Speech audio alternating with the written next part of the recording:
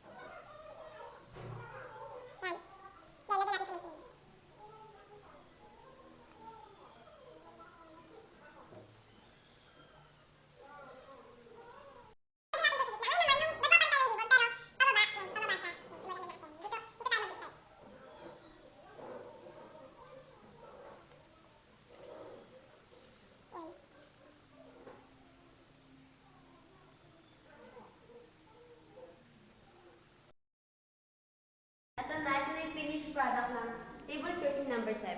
Yan. Yan na yung kinalabasan niya.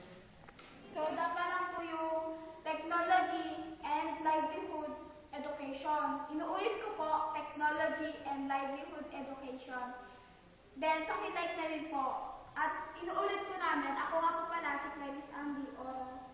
Kung nga po pala si Alexander Clamana. And then, thank you po sa mga nanonood. Hello po, salamat. Bye-bye.